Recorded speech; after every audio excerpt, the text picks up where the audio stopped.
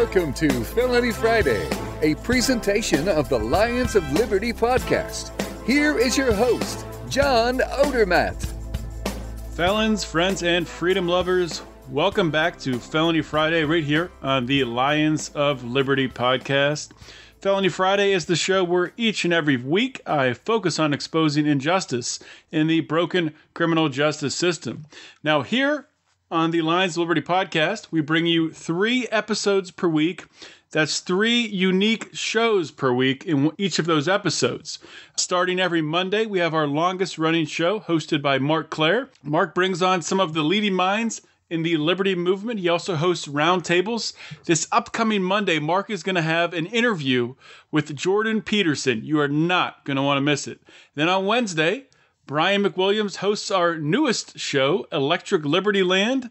This is a current event show with a touch of comedy mixed in, and Brian is doing a great job with that. And of course, every Friday you have this show, Felony Friday, which you're listening to right now.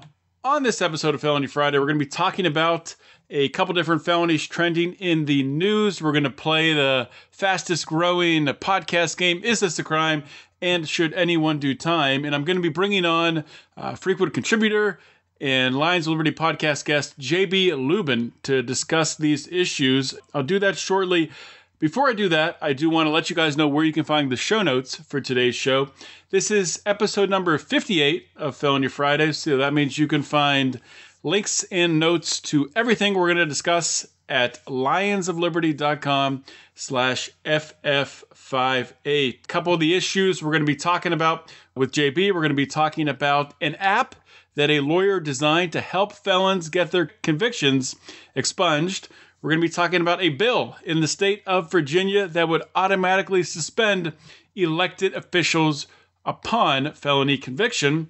And we'll be talking about a felon who has become a prosecutor. We got even more to talk about other than those 3 stories. I will save those as a teaser, high-level teaser. Before I introduce JB, I do want to let you guys know we do have a couple new ways, recently announced, ways that you can help the show. Now, we recently launched, about a week and a half ago now, you're listening to this, we launched the Lions of Liberty store. You can find the Lions of Liberty store at lionsofliberty.store. Now, all of our shirts at the Lions of Liberty store are quality. They're comfortable. We wanted to sell something here that we could be proud of, that we'd want to wear ourselves, obviously. So we focused on comfort and we focused on making them stylish and eye-catching. And right now we have 3 different designs you can choose from. And I would go ahead and explain those different designs to you, but it would be much easier if you just go to lionsofliberty.store and check out those designs and pick up some shirts for yourself and for your family and friends. And get some Lions of Liberty swag at lionsofliberty.store. Now, the second way you can help us, this is new. This is within the past week here. The second way you can help the show, the second way you can help the Lions of Liberty podcast is becoming a Lions of Liberty patron.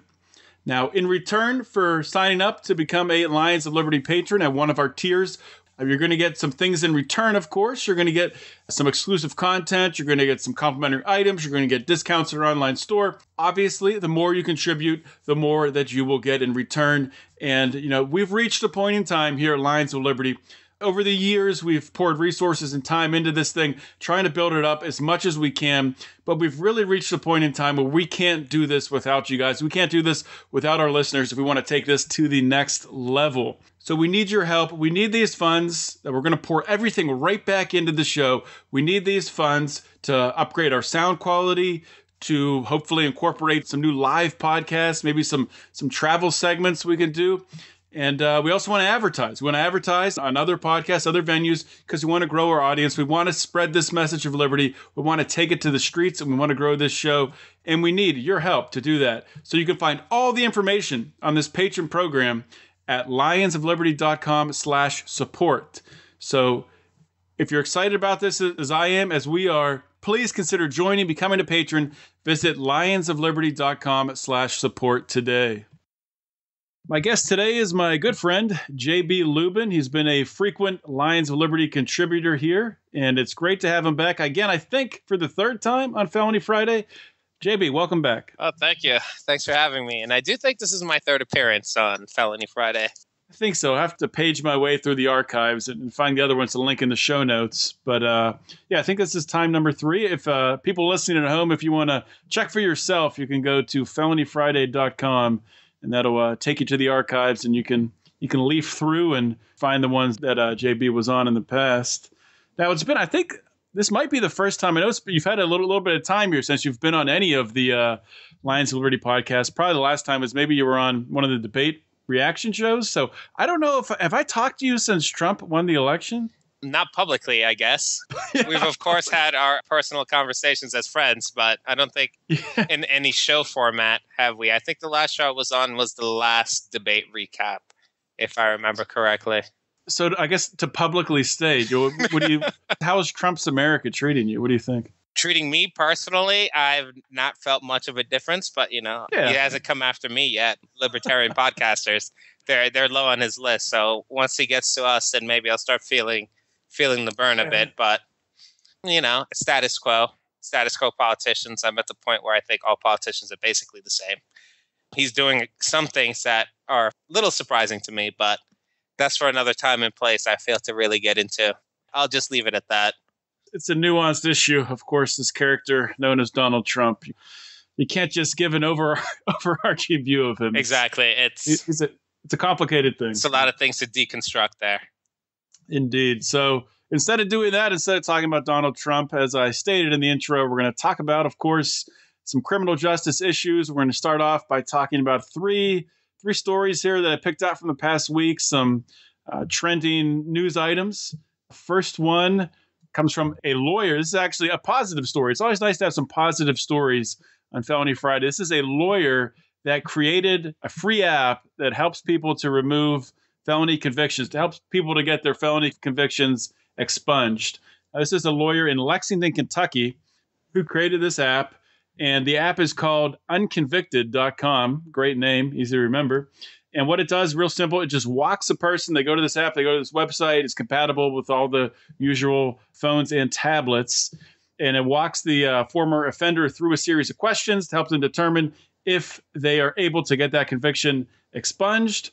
And then what it does is, I guess, it somehow takes this information, outputs it, and this attorney here, Bradley Clark, and his associate, Carolyn Allen, they have some way of compiling this, or maybe they're running it through a program. The article really did not go into that aspect of it, where they're able to come back in 3 business days and they give a free assessment to this person, saying if they believe that it can be expunged, and then they give you a do-it-yourself method, which is probably sort of difficult and a lot of paperwork. Or, of course, as the market would offer, they offer their services to do it for them. So, I think this is just a really great thing to see, especially when you take into account how different states have been decriminalizing or legalizing marijuana, or, of course, in California, where they've, with Prop 47, where they've really rolled back a lot of these felony convictions and made this possible for people to get their felonies expunged. But a big criticism was, especially in California, was it was really hard to do, and people they weren't even notified if they could. So it would be great if more states, more lawyers around the country offered something like this. Number one, because it's a great way to give back to society, but also number two, it's a great way for them to get business. So it's maybe a little surprising that you don't hear more about this. Maybe it's just not publicized. But what were your thoughts on this, JB? Is there any downside here? I'm not seeing any downside. I personally think it's fantastic. I can't really see any downside to this whatsoever. Not only when I saw this, I thought using, current technology, having an app set up, making it as easy as possible, as far as I'm concerned, as possible for people to find your services and help them do something that will greatly increase their quality of life. It's one of the better things that I've read in this new year. I can't find any flaws in it, really. And even going into the law itself, just to see what Kentucky put on their books to eliminate these felonies, I think it's really nice what they're doing. It's limited to Class D felonies, which is, from what I see, the lowest level of felonies you can get, which is punishable to 1 to 5 years. So you're not getting any triple homicide, people convicted of triple homicides getting clean slates for anybody holding their skirts right now. Right. Yeah, these are for minor crimes, some things that I didn't even know were felonies or which should be considered felonies. that you can get expunged off your record after 5 years of like good behavior, being a model citizen. You get to vote. You don't miss opportunities from jobs that are looking at these records and seeing these minor things on there and closing doors to you. You're allowed to possess a firearm, serve on a jury. You're allowed to be a normal citizen of the United States again. And I just love it, especially Bradley Clark here setting up unconvicted.com in this app and just making it as easy as possible for the citizens of Kentucky to get their lives in order. I think it's fantastic. It's great. And this, like you were saying, this does come from, it is just Class D felonies, and it comes from a House bill that was signed into law by Governor Matt Bevin, I believe pretty recently, within the past 2 years, which changed that. So it made these Class D felons to be able to apply for expungement. Prior to that, they have to wait 5 years, like you said. Prior to that, they weren't able to do that. I just want to say one more thing about this. There was a great quote from this attorney, Jeffrey Clark, where he said, "I personally believe that everyone deserves a second chance. There are a lot of people out there who are getting left out of the legitimate economy who, if they were given a second chance, would be less likely to reoffend, who would be more likely to be a contributing member of society." And I just want to echo what you said, JB. This is a fantastic thing. And much like my guest last week on Felony Friday, where I had on Jeffrey Mold, where we talked about finding jobs for felons, this is really a unique way where the free market is fighting the terrible effects of recidivism, of people getting sucked back in to the criminal justice system. The government efforts have done nothing to ease this problem, probably because they're not trying to, because that just helps to line their pockets. If you have people getting sucked back into the system, the prison industrial complex continues to grow. But it's great to see the free market fighting a government-created problem. Let's move on and talk about the next topic here. And this is in Virginia. There's a bill in Virginia that will suspend officials upon felony conviction. Now, this sounds sort of like a no-brainer.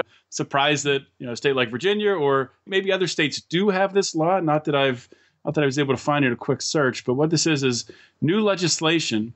The House bill actually passed today. The summary of this, basically, it provides that any officer who's convicted of a felony under the laws of the state shall be automatically suspended upon such conviction, regardless of appeals, pleadings, delays, motions. The bill contains an emergency clause. And I think the way they get around, despite the appeals and things like that, is they hold any salary that person is pooling in escrow while that is determined. This sounds like a pretty common sense thing to me. This stems from a case in Norfolk where the city treasurer there, Anthony Burfoot, was guilty of corruption. He was found guilty of corruption in December, and he just refused to leave his city treasurer post. So this is it's a shame that it's necessary, something like this, but I would love to see something like this put in place across the country in every single state. I would agree. And I do agree. I think there should be some type of, legislation on the books that makes it far easier to remove public officials that have been convicted of crimes, so that they're not just entrenched in there. Now, does it depend on the type of crime, do you think? There might be some crimes that, I don't know. The way things are going now, it seems that the drug war is starting to ease a little bit, but, somebody could get maybe they have a personal problem they're dealing with, and they do get a drug conviction of some kind. I don't know if they should be forced out for that, but if they're doing something, if they're committing fraud, like this gentleman, Anthony Burfoot, was basically taking kickbacks, I think it's pretty clear cut that something like that, I would definitely support this law, suspending them, taking them out of their seat. Well, I guess it all depends. Is there a certain level of felony that wouldn't automatically see you removed from office for committing? I think once you reach the point of committing a felony, maybe you can. I think a single felony public official can be convicted of and still keep their office, at least as far as maybe legally or even in the court of public opinion. How many people in that jurisdiction would want a felon being their treasurer? Like you said, it could depend on the crime. There are some things that are considered felonies that are kind of ridiculous in my eyes, but probably not in the entire eyes of, the city of Norfolk. So I don't know. True. I get what you're saying, but if you're just looking at it just from a perception standpoint, I mean, there's definitely been cases. Just what comes to mind first, I think, was the mayor of Baltimore that was caught smoking crack. Then there was, of course, that mayor in Canada who was caught smoking crack and was reelected, I believe. Well, then, John, the people have spoken. If you know the incumbent mayor is a well-advertised crack smoker and you vote him back in anyway, then you get what you get, you know? The people have spoken. What can I say? I don't live in those jurisdictions. If they want a crackhead as their mayor, who am I to say that they can't have a crackhead as their mayor? That's true. That's true. You know, that's a good point when you put it that way. Maybe it should come down to the people. And now that I'm starting to think about this a little bit more, do you really need a law? Assuming that these local officials don't have terms that span, I think most local officials are 2-year terms. So they're going to cycle through pretty quickly. So if somebody does get some sort of conviction, they commit some sort of fraud or something like that, you would think that it's going to cycle through quickly enough that they're going to have a referendum on their illegal activity. So I did have an issue with that. And I want to say something about that before we moved on. Would it happen quickly? It's like, this is regardless of appeals or anything of that nature. Let's say this public official was tried and found guilty, but let me just play devil's advocate here, was legitimately, railroaded or wasn't guilty of these crimes, and they want to fight this and appeal this. Now they're no longer able to do their job. They're no longer able to get a salary. That might be the only income coming into their family at the moment. It's all being put into escrow.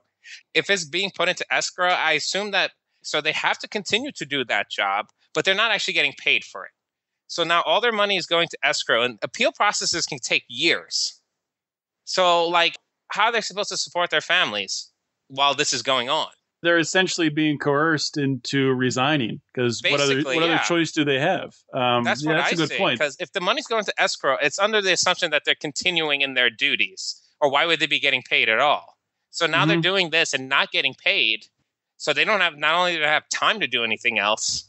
This is really like a push to, I guess, not clog the court with appeals. If you get tried, convicted, you're done, whether or not you actually did anything wrong or not. And is that exactly fair?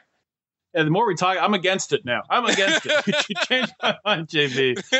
I am now no longer in favor of House Bill 2364. There's a lot of like nuanced things that can come up that I can see where this might not be very fair as far as justice is concerned, because you have a right to an appeal. Not everyone who's convicted of something is actually illegal. That's why the appeal process works. I mean, that's why it exists, I should say. Oh, absolutely. Yeah. And the nature of not especially local politics, but I guess I say it that way because sometimes people are naive to think that local politics is not as corrupt, and it's, if not more corrupt than, federal. I actually have a feeling it's more corrupt because it's easier. It's like a lower level. Like the more contact you have with people, I feel like there's a higher chance you can be corrupt. Exactly. So like you were saying, somebody could just be being railroaded by people in positions of power just to get them out of the way so they can push their agenda through. And something like this could be used as a tool. So, yeah, glad we talked about this because it cleared it up for me. There's just a couple of things that was batting around my head while I was reading this article, saying how this could potentially be detrimental. Because on face value, it seems completely legit, Absolutely. Now, moving on to our next topic here, we're going to talk about a felon who got a second chance and became a prosecutor. So this guy's name is Ryan Martin. This is in Madison County, and he was convicted back in the late 90s, 1998, 1999, in Monroe County. He was charged with burglary, and at the time, he's 17, 18 years old, and he pled guilty and was sentenced to 3 years in prison. Served his time, gets out, goes to college, goes to law school, and passes the bar, I believe, in Missouri and in Illinois. So he says throughout the entire process, he was honest with everybody about his criminal past, the felonies he committed in the past, and met one-on-one with the law school, met with representatives from the Missouri and Illinois state bars. And they say they take everything on a case-by-case basis, and they were fine with allowing him through to become a lawyer. So, JB, looking at something like this, this is a story. I think this is a pretty positive story that somebody, we don't want to leave people for dead based on past mistakes they made, because this person did commit real crimes, and he was accountable to them and served his time. So, in my mind, this should be a non-issue that somebody is a felon and then becomes a prosecutor. What are your thoughts? I don't have a problem with this at all. Like you said, Yeah, these were serious crimes, but they were crimes committed in his youth. He went into the system supposedly set up to rehabilitate, might I add.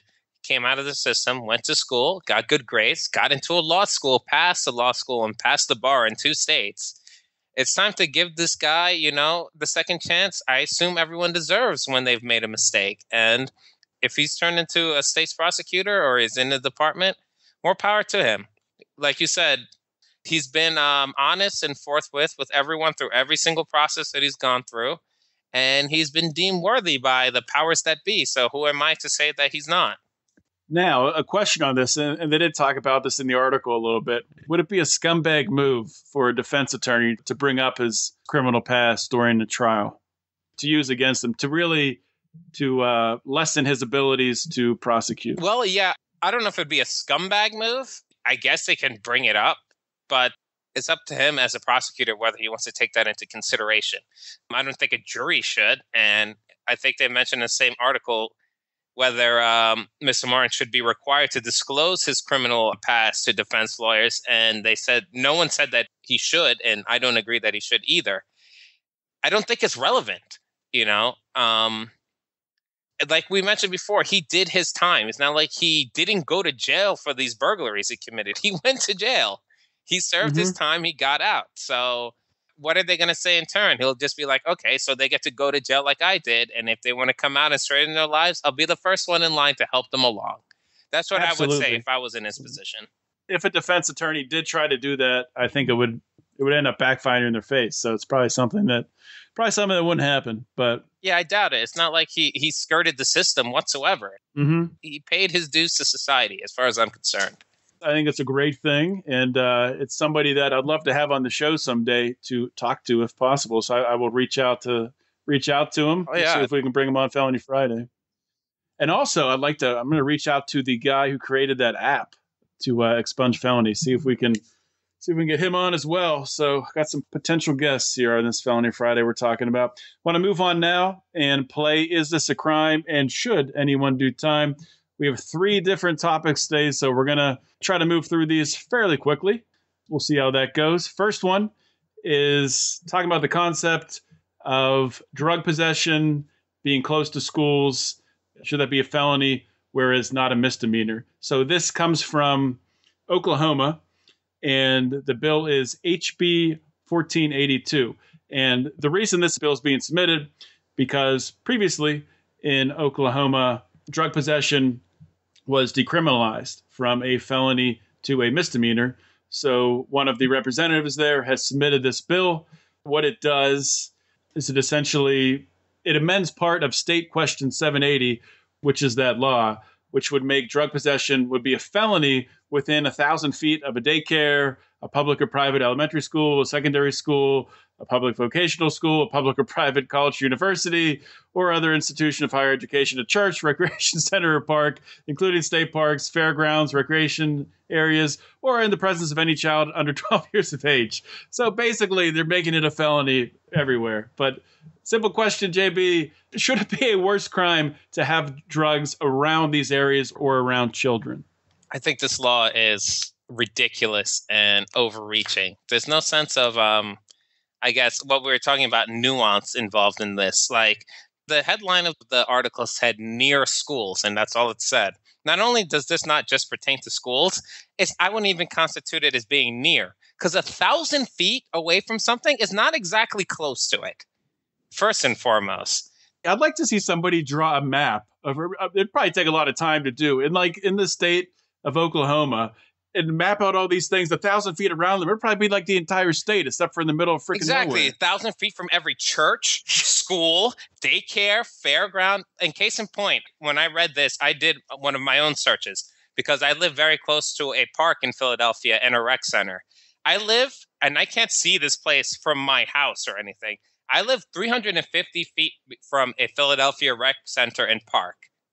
350 feet. So that means that if, let's say, for example, myself or a friend of mine was caught smoking a joint in my back porch, they would get charged with a felony, but someone 2 streets east of me would get a misdemeanor. How is that justice? It's ridiculous. It makes no sense whatsoever. It just is a very personal case because I live only 350 feet from a rec center and a park. There's a park and a rec center together. It's like it makes no sense. It makes no logistical sense. And there's no way that it's actually protecting children by making this blanket law. And not only does it not protect children, it actually hurts young people because universities are put in there. So any university kid that might be caught with a little bit of pot or even a little bit of coke or a little bit of E or a little bit of anything now has to get their lives ruined and get something on their record because now, according to the state of Oklahoma, they're a felon because they got caught with this in their dorm or walking along campus or something like that. It's actually hurting young people. It's not helping them. It's the most ridiculous thing. After the people of the state of Oklahoma have spoken, passing the state question 780, which I assume is kind of like a proposition in California. That's what I assume. Like, I believe so. Yeah, I believe so. They said they want to drop possession down to a misdemeanor. This guy comes along and wants to bump it up to a felony for some of the most vulnerable people in their population. Yeah. And he's using such sneaky, tricky political tactics, framing this in a way that it's, near schools, using ways that would make people think that, oh, it's only going to be close to schools. It can't be bad, right? Of course you want to keep drugs out of schools. So he frames in that way. So anybody who opposes it, anybody he's going to have to run against in a couple years, I'm assuming this won't pass. Maybe it will. Who the hell knows? If it doesn't pass, he can use it, in political ads. You'll see, so-and-so, voted against a bill that would have kept drugs out of schools. It's such bullshit, typical political crap. And I'm glad we talked about it and really exposed it for what it is. Next one up. Now, this is a little bit controversial, I think. There's these protests going on all across the United States. A lot of them, anti-Trump protests and whatnot associated with Trump in different ways. Before that, Black Lives Matter. Those protests use similar tactics. This topic is referring to an article and a protest that occurred in Connecticut. And what happened was there was an ambulance that was trying to get through this protest. It was an anti-Donald Trump protest, I believe, near New Haven, Connecticut. And there was an ambulance trying to get through, carrying a critically ill patient. They were trying to get to the Yale New Haven Hospital, and they were unable to get through. And due to this delay, the ambulance personnel were required to perform an emergency surgery inside the ambulance rather than getting to the hospital and doing it there, which I'm sure everything would have been much better. Now there's no information out on if this harmed or if this had any sort of effect on the patient in the ambulance. But just thoughts on this, JB? Blocking an ambulance, blocking a road, blocking traffic. Should that be a crime? Yeah, I think so. It's already a crime not to give an ambulance the right of way as you're driving.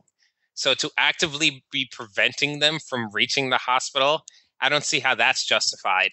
It's like, I'm all for demonstrating. I'm all for protests. I don't want to come across as a person who doesn't think that people have the right to assemble and make a nuisance of themselves, to be completely frank. I don't care if people want to protest and legitimately make a nuisance of themselves, even if that includes blocking roads. And sure, that might inconvenience me in a car, but, I don't know what the traffic's like in Pittsburgh, but in Pennsylvania, I'm always being inconvenienced on the roads. Whether it be protesters or idiots who don't know how to drive, my time behind the wheel is often unpleasant. What difference does it make what the cause is?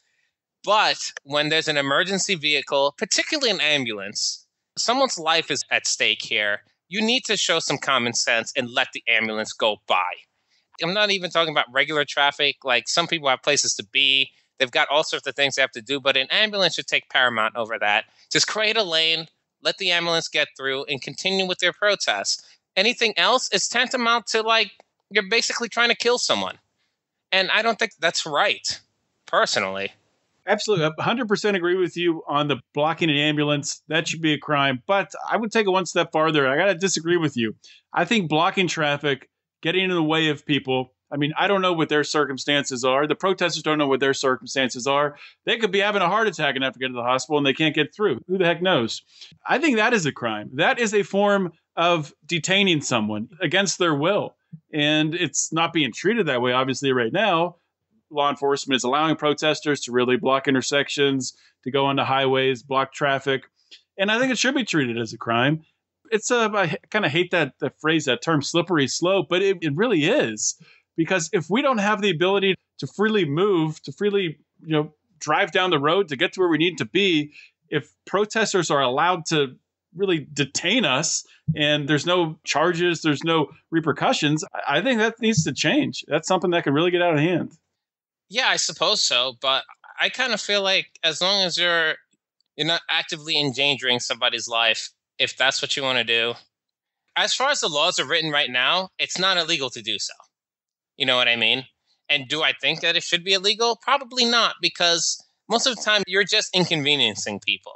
And a lot of times, who cares if you're inconveniencing people? That's how I see it. Of course, it might be an instance where somebody might be having a heart attack, and that's the case, which is why I want, emergency vehicles to go by.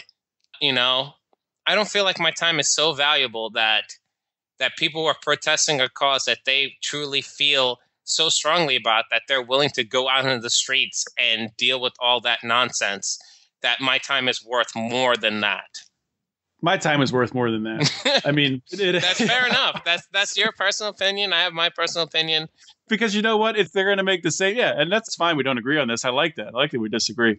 Because the way I look at it, I think they can make the same impact doing it without impeding travel. They can make the same impact from a safe place where they're not putting themselves and other people in danger. Don't get me wrong. I don't think that they'd make any less of an impact, but I have to think that maybe it's a press thing. I don't think annoying people is the best way to get people on your side.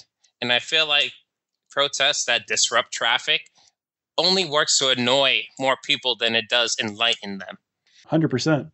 I don't feel like I'm in a position to be telling people these things and telling them how they should protest and telling them where they should protest. I think that kind of starts to chip away at the right of assembly. Who am I to tell them the best way they should get their point across? I understand where you're coming from. Unfortunately, we got to move on. We got our last topper. This story goes back to both myself and JB's alma mater here. We both attended Penn State University. And this was a student. This was over the weekend. He was charged in his residence hall with arson after setting his shirt on fire. To quickly go through what happened, this student, apparently, the guy's name, Jedediah Seinfeld. I don't know, any relation to Jerry Seinfeld? I'm not sure. That name sounds so fake. It sounds like an alias. Are you sure that's his real name? Are you sure he's not a minor and they just had to put a fake name out there? That'd be quite a fake name. I don't know. It'd be quite a fake name. Jedediah Seinfeld, 18, out of Skillman, New Jersey. Anyway, so apparently he just comes in this room with other people hanging out at night. 3:30 a.m., I guess this happened. So I'm sure everybody was sober. I mean, of course, everyone's sober at 3:30 in the morning. And he comes in, he has some lighter fluid and stuff, and he lights this shirt on fire, freaks out, runs outside into the hallway, throws in the garbage can. The garbage can goes up in flames. And then the police show up and they put it out. And the reason that Mr. Seinfeld here said that he lit his shirt on fire, he said because he was unhappy. So he's been charged with arson, endangering an inhabited building, risking a catastrophe. I didn't even know that was a crime. Those are both felonies. And he also was charged with, I guess they found a little bit of marijuana on him, so there's a misdemeanor there, and recklessly endangering another person. So he's got quite a bunch of crimes he's going to have to fight there. And my question to you, JB, is this a crime? And if you think it is, which I'll let you say, is it a felony too? I mean, that's a pretty heavy response here. Well, that depends. Is there such a thing as misdemeanor arson? Is there such a thing? Because he did purposely light something on fire in a place, in a building that could conceivably catch on fire as well. Absolutely, yeah. Granted, he realized this was a problem when he did it and tried to, I guess, remedy the situation in his non-sober way. I don't know if he should do time over it. And I guess from this being my third appearance on Felony Friday, I'm loath to send people to prison in general, but I definitely think this is a crime. If I lived above this guy, I shouldn't be at risk of being burned alive in my bed just because you're having a bad day. There is the idea of public safety at hand here, that you shouldn't be lighting stuff on fire because, you're not having a good day or not feeling good. There are people you can talk to on campus. I went to that school. There's counseling. There's people there to help you if you're not feeling well. Lighting things on fire is not the way to go.